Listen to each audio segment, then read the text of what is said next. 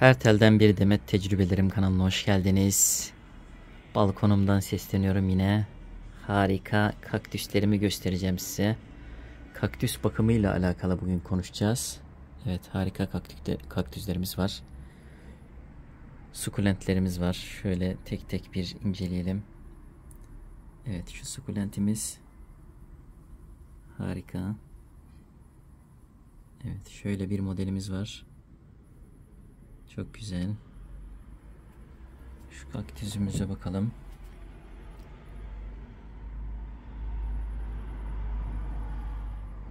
Evet, şöyle bir sukulentimiz var yine. Bakın, yaprağından kendi büyüyor. Yaprağını toprağa koyuyorsunuz. Sukulent. Sukulentlerin genelde yapraklarından çoğalıyor. Evet. Şöyle bir kaktüsümüz var. Evet, şu kaktüsümüzü göstereyim. Evet, hem bunları gösterirken kaktüslerle alakalı konuşmaya başlayalım.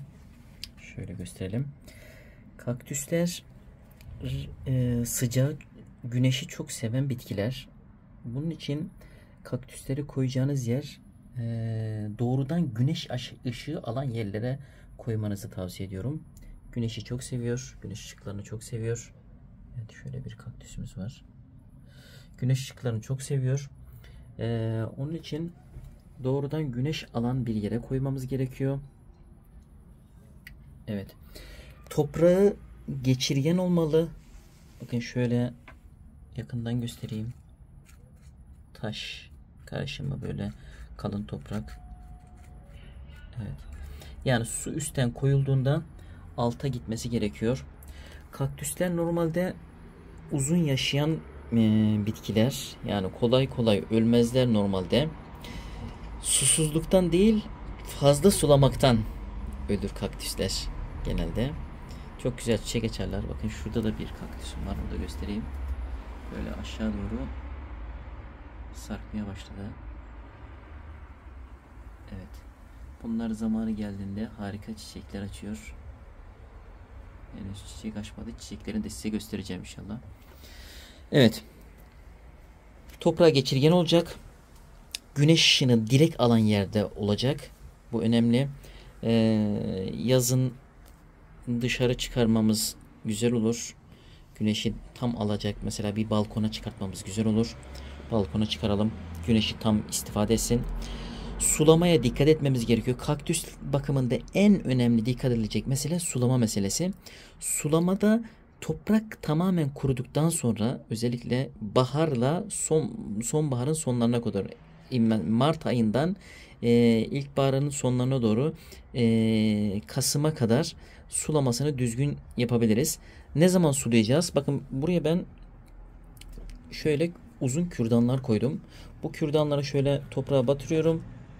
Şöyle çıkarttığımda bakın, şu anda hiçbir nem, ıslaklık yok.